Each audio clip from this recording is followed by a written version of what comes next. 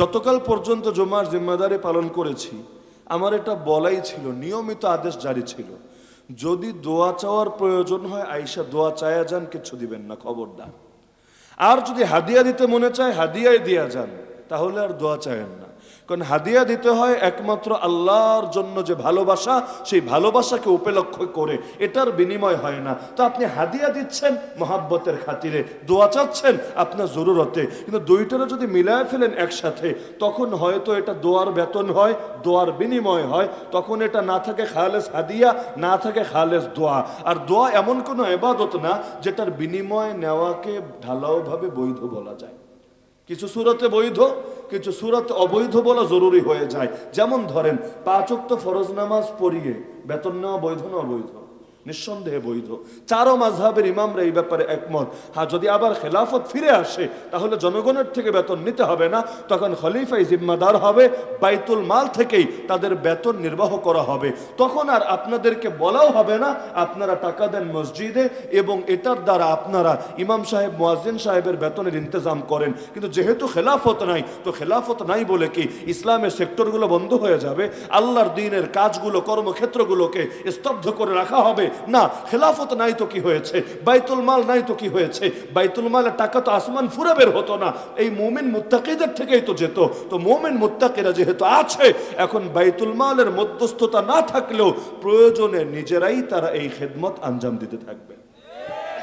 তো এ ব্যাপারে চারো মাযহাব এখন একমত যে মসজিদে ইমামতি করিয়ে বেতন নেওয়া জায়েজ। উপরন্তু হাকিমুল উম্মত মুজাদ্দিদে মিল্লাত শাহ আশরাফ আলী থানভী নওয়ারাল্লাহু মারকাদাহু লিখেছেন, যদি তোমার মাদ্রাসায় এমন টিচার আসে, তোমার মসজিদে এমন ইমাম আসে যে বলে আমি বেতন নিব না, তারে চাকরি দিও না, আপনি অবাক হওয়ার কথা না? নিঃসন্দেহে অবাক হওয়ার কথা। আরে কি কয় এটা? হুজুর দেখি উল্টা উল্টা কথা কয়। আরে আমি বললেন হয়তো বলতেন, উল্টা কথা কয়। কিন্তু থানভী রাহিমাহুল্লাহ যখন বলেন, সেইটারে তো উল্টা বলার সুযোগ থাকে না। প্রশ্ন করতে পারেন কেন? জবাব আমি বলেও বুঝাতে পারি, আবার নিজেরা প্র্যাকটিক্যালি দেখেও বুঝে নিতে পারেন। কারণ চিহ্নিত করেছেন এটা, যখন সে বেতনের চুক্তিতে আবদ্ধ হবে না, তখন সে এটার ব্যাপারে আর্থিকভাবে দায়বদ্ধতা অনুভব করবে না। আর্থিকভাবে দায়বদ্ধতা অনুভব না করার কারণে তার মধ্যে অহংকার আসা, উজুব, আত্মগরিমা আসা, রিয়া, লোক দেখানো মনোভাব আসা, অথবা ড্যাম কেয়ার, থোড়াই কেয়ার করে কোনো কিছুকে, এইরকম ভাব আসা অস্বাভাবিক কিছু না।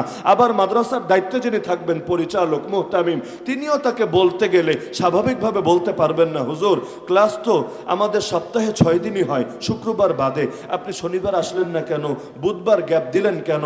কারণ তিনিও চিন্তা করবেন, বললে যদি বলে আমি কি তোমার বেতন খাওয়াই না লোক, আমি কি তোমার টাকা পয়সা দিয়ে কেনা গোলাম, আমি তো এমনি এমনি ফ্রি সার্ভিস দিচ্ছি, যা দিচ্ছি সেটাই তো বেশি।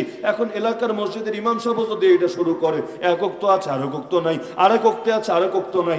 অনেক গ্রাম এমন, এখানে ইমাম না থাকলে নামাজ পড়ানোর দ্বিতীয় কোনো লোকই নাই, আর কেউ গিয়া দাঁড়ায় গেলে ওর পিছে নামাজ হবে না, এটাই অধিকাংশের ধারণা হবে। কারণ এমন এমন হালত, লাহানের জালি বলেন অথবা নামাজের ফরজ কি ওয়াজিব কি এগুলোর ব্যাপারে অজ্ঞতা বলেন, এমন এমন সিস্টেমে নামাজ পড়াবে যেভাবে নামাজ পড়ালে নামাজ হয় কি না এইটাই প্রশ্নের সম্মুখীন হয়ে যাবে। তো মানুষের রুচি আসবে না, এক পর্যায়ে মানুষ জামাতের ব্যাপারে গাফেল হতে শুরু করবে। তো স্থায়ীভাবে বিবেচনা করলে এটার ফল ব্যাপকভাবে 2-4টা বিরল ব্যতিক্রম ছাড়া খারাপ হলেও হতে পারে। তো তিনি বলেছেন, তাহলে কি করবেন? কিছু একটা আপনার দিলের মধ্যে আছে, আমি নিব না, এখন জোর কইরা আপনার চাপাইয়া দেওয়া তো উচিত না। কি করবেন? আমাদের আকাবির এটার পরামর্শ দিয়েছেন, বেতন নিবেন, নেওয়ার পরে প্রয়োজনে আপনি পুরোটাই আবার দান করে দিবেন। যখন নিলেন, এটা তো আর বলতে পারবেন না আমি বেতন নেই না, আমি আর্থিক চুক্তিতে দায়বদ্ধ না, বরং দায় আপনার কাঁধে আছে। আপনাকে রুলস ফলো করতে হবে, যে টার্মস অ্যান্ড কন্ডিশনস আপনাকে দেওয়া হয়েছে সেটা মেনে আপনাকে চলতে হবে। তারপর আপনি দান করবেন না আপনি খাবেন, সেটা আপনার ব্যক্তিগত ব্যাপার। কিন্তু যদি না নেয়, তাহলে এটাকেও শয়তান তার গোমরাহির কারণ বানায় ফেলা মোটেও মুশকিল কথা না। ধরেন বাংলাদেশে এমন বুজুর্গ ছিলেন, আমি নাম নাই বলি, জায়গার নাম বলি, ঢাকার ঢালকানগরের এক বুজুর্গ ছিলেন। তিনি একসময় মাহফিল করে 1 পয়সাও নিতেন না, পারলে আরো কিছু দিয়ে আসতেন, কিন্তু এখন নেন। কিসের জন্য? অনেকগুলো কারণ থাকে এটা। এর মধ্যে একটা কারণ, অনেক সময় মানুষের দিলে এটা আশা অস্বাভাবিক না, 10 বছর পর হোক, 20 বছর পর হোক, আরে আমি তো কোনো টাকা পয়সা কখনোই নেই না, গাড়ি ভাড়াটাও না, আমার বাড়ি বেচা হলে প্রয়োজনে নিজের টাকা দিয়ে ভাড়া ব্যয় করি। এই যে একবার যদি গরম চলে আসে ভিতরে, 10 বছরের আমল বরবাদ হবে মাত্র এক মুহূর্তে। আমি গেলাম আপনার বাড়িতে, আপনার নাতিরা ডাইকা বলেন, ওই নাতি এদিকে আয়, 7 নম্বর হজ থেকে যে জায়নামাজটা আনছিলাম ওইটা হুজুরে বিছাইয়া দে, হুজুর নামাজ পড়বো। 3 নম্বর হজ থেকে আমি যেই গ্লাসটা এনেছিলাম সেটাতে হুজুরে শরবত দে, হুজুর শরবত পান করবে। নিয়ত খুব একটা ডাইরেক্ট না, কিন্তু দেখা যাচ্ছে 7 আর 3 সংখ্যাটা উল্লেখ কইরা হুজুরে বুঝাই দিলেন, হুজুর হজ কিন্তু একটা না 7টা করছে।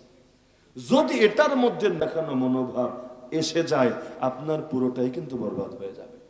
এ কারণে ভালো, প্রতিটা জিনিসের ভালো দিকও যেমন থাকে, খারাপ দিকও থাকে। এই যে আমরা ধরেন একসময় প্রসিদ্ধ ছিলাম না, কেউ চিনত না, রাস্তা দিয়ে হেঁটে গেলেও মানুষ জানতো না, এমনও হয়েছে। আমার তো লেখালেখির জিন্দেগি আগে, বয়ানের জিন্দেগি পরে।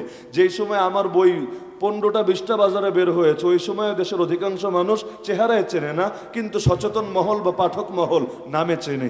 একাধিকবার আমার নিজেরই অভিজ্ঞতা এমন হয়েছে, আমার কাছে আলী হাসান ওসামা সম্পর্কে জিজ্ঞেস করেছে।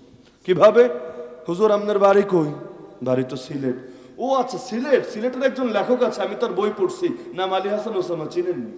এখন হ্যাঁ চিনি তো। হ্যাঁ কি হয়েছে? তো এখন অন্যান্য তথ্য শুনছি, এখন বারবার খালি এটা চিন্তা করছি, যদি খালি জিজ্ঞাসা বসে আপনার নাম কি, এইটা তো বড় পেরেশানির বিষয় হয়ে দাঁড়াবে। তো দেখা যায় মাঝে মধ্যে এই পেরেশানিটা আর হতো না, অন্যান্য কথা বইলে বলতো, ঠিক আছে ওনার লোকে কখনো দেখা হইলে আমার সালাম জানায়েন, অথচ যার সাথে কথা বলছে সে আলী হাসান ওসামা। কিন্তু এখন প্রসিদ্ধ হয়ে যাওয়ার কারণে এমন ঝামেলা, কোথাও গিয়া শান্তি নাই। আর ওই দিন গেলাম বাইতুল মুকাররমে মসজিদে, ভালো কথা, মাকসাদ ছিল কিতাব মেলায় যাওয়া, প্রকাশকরা দাওয়াত দিয়েছে, আসেন একদিন অন্তত একটু সময় দেন। তো এখন আসরে আজান হয়েছে, আমি যাচ্ছিলাম ইস্তেঞ্জা করার জন্য, যে ইস্তেঞ্জা সেরে উজু করে তাড়াতাড়ি নামাজ, মসজিদে গিয়ে ঢুকে নামাজটায় শরিক হই, আগে নামাজ হোক তারপর পরের ফিকির হবে। বাথরুমে যেতে পারছি না আমি শান্তিতে, এইখানে ক্যামেরা, ওইখানে ক্যামেরা, এ আসে দৌড়ায়, ও আসে দৌড়ায়, মুসাফা, এমনকি বাথরুমে ঢুইকা, বাথরুম থেকে যখন বের হলাম ভাবলাম এখন অন্তত মুসাফা পার্টি মনে হয় চলে গেছে। বের হয়ে লজ্জায় আমার মাথা কেটে যাওয়ার অবস্থা। বের হয়ে যদি দেখি কয়েক ডজন মানুষ সামনে দাঁড়ায় রয়েছে, কেমনটা লাগে তখন বলেন? অন্তত ভাই বাথরুমের লাইনে তো একটু স্বস্তির সাথে কাম সারতে দিবি, এই জায়গায় পেরেশানি করলে বিষয়টা কেমন হয়? তাহলে দেখা যায় প্রসিদ্ধির একটা বিড়ম্বনা থাকে। এখন প্রসিদ্ধ হতে হতে হতে মাঝে মধ্যে যদি অন্তরের মধ্যে এটা চলে আসে, আরে আমি তো মুই কি হনুরে, ওই প্রধানমন্ত্রী মাঝে মধ্যে এই শব্দ ব্যবহার করে না, বোঝানোর জন্য দুষ্টমি করে, যে মুই কি হনুরে, ভিতরে যদি আইসা পড়ে, কথাবার্তা বলতে গিয়ে যদি অসংযত আচরণ হয়ে যায়, কোনো মুরব্বী আলেম অপসিদ্ধ, আমি তার সঙ্গে বেয়াদবি করে বসলাম, এলাকার কোনো মানুষ কিন্তু আমার চাইতে বয়োজ্যেষ্ঠ, আমি তার সামনে গোস্তাখি করে বসলাম, দেখা যাবে আমার এই প্রসিদ্ধি কিয়ামতের দিন আমার জন্য জাহান্নামে যাওয়ার কারণ হয়ে দাঁড়াবে। তো এখন প্রতিটা জিনিসেরই ভালো দিকও থাকে, খারাপ দিকও থাকে। তো নবী তারা দোয়া করলেন, কত বড় একটা উপকার করে দিলেন, কিন্তু বেচারা বলে কি জানেন, টিটকারি মেরে বলছে, আরে কি কইলা, তহুর, সুস্থ হয়ে যাবো আমি? কাল্লা, আরে এটা তো হইতেই পারে না। বালহিয়া হুম্মা তাফুর আলা শাইখিন কাবীরিন তুজিরুহুল কুবুর, বরং এটা তো এমন একটা জ্বর দেখা দিয়েছে, এই জ্বর খালি ধীরে ধীরে বাড়বে আর বাড়বে। আর এমন একটা বুইরার গায়ে এই জ্বরটা জাহের হয়েছে, যেই বুইরার টেম্পার লেস হয়েছে, অতিবৃদ্ধ হয়েছে, এই জ্বর তারে কবরস্থানে পৌঁছায় দিয়ে আসবে। নবী তারে দিলেন দোয়া, এখন নিজে নিজের ব্যাপারে করে বসছে না বদদোয়া। নবী বললেন সুস্থ হয়ে যাবা, সে বলছে কি আর সুস্থ, এই জ্বর খালি বাড়বে আর বাড়বে, আর এই বুইরারে কবরে পৌঁছায় দিয়ে আসবে। আল্লাহ নবী কষ্ট পেলেন, নবী বলেন নাম ইদান, ঠিক আছে তাইলে তোমারটাই কবুল হোক। নবী দোয়া করলেন সুস্থতার, আর সে কি বলল, অসুস্থতা বাড়বে, বাড়তে বাড়তে কবরে পৌঁছাবে।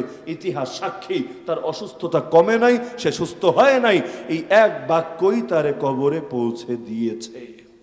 তাহলে কথাবার্তার ব্যাপারে সচেতন হওয়া দরকার না অচেতন হওয়া দরকার?